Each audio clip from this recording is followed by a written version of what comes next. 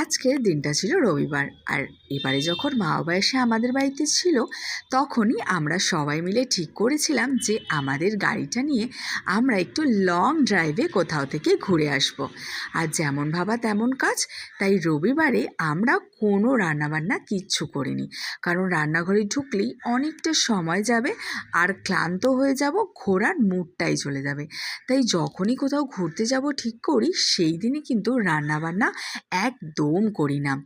আর বাইরে থেকে মানে আমাদের ফ্ল্যাটের একদম নিচে একটা বিরিয়ানির দোকান আছে। আমরা এখন যখনই খাই বিরিয়ানি, সেখান থেকে বিরিয়ানি আনি।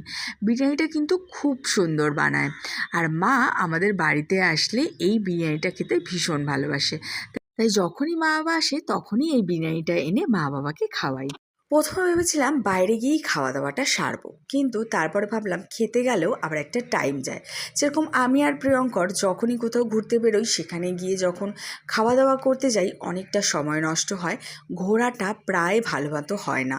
তো সেই জন্য এবারে বাড়ি থেকেই খাওয়া দাওয়া করে বেরোলাম। তবে একটা কথা তোমাদেরকে বলবো, নিজেদের গাড়িতে করে ঘুরতে যাওয়ার মজাটাই কিন্তু আলাদা। কিন্তু একটা খুবই সমস্যা দেখা দেয়, যেরকম ড্রাইভারের। যদি নিজেরা গাড়ি চালাতে না পারা যায়, তাহলে কিন্তু ড্রাইভারের জন্য খুবই প্রবলেম হয়। অনেক সময় ড্রাইভারকে ডাকি আর ড্রাইভার পাওয়া যায় না। কিন্তু জানো, এইবারে এই সমস্যা থেকে আমি একটা সমাধান খুঁজে পেয়েছি। চলো সেই সমস্যার সমাধানটাও অবশ্যই তোমাদের সাথে শেয়ার করব। তার আগে বলি, আজকে যে ঘুরতে বেরিয়েছিলাম সেটা শুধু ঘুরতে যাওয়াই ছিল না, একটা বড় কাজও আমরা সম্পন্ন করেছি। সেটা হচ্ছে জোয়ারের গঙ্গা জল আনা। মা বলেছিল যখন বেরোচ্ছি তখন একদম গঙ্গা জল নিয়ে আসবো, কারণ গঙ্গা জল আনতে মা বাবার খুব প্রবলেম হয়। তাই এবারে গাড়িতে করে গিয়ে আমরাও অনেক অনেক সবার জন্য গঙ্গা জল নিয়ে এসেছি। আর এই গঙ্গা জলটা কিন্তু ভাটার গঙ্গা জল ছিল না, রীতিমতো আমরা পেপার দেখে টাইম দেখে তারপরেই গঙ্গা জল আনতে গেছিলাম, একদম জোয়ারের জল। আর তারপরে ওখান থেকে লং ড্রাইভ করে আমরা চলে গেছিলাম আমাদের দিদিদের বাড়িতে।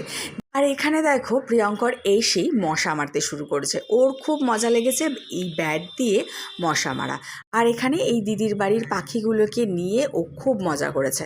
আর তারপর একটু বেরিয়ে গেছিলাম, দিদি জামাইবাবুকে বললাম তোরা যা একটু ঘুরে আয় গাড়িতে করে।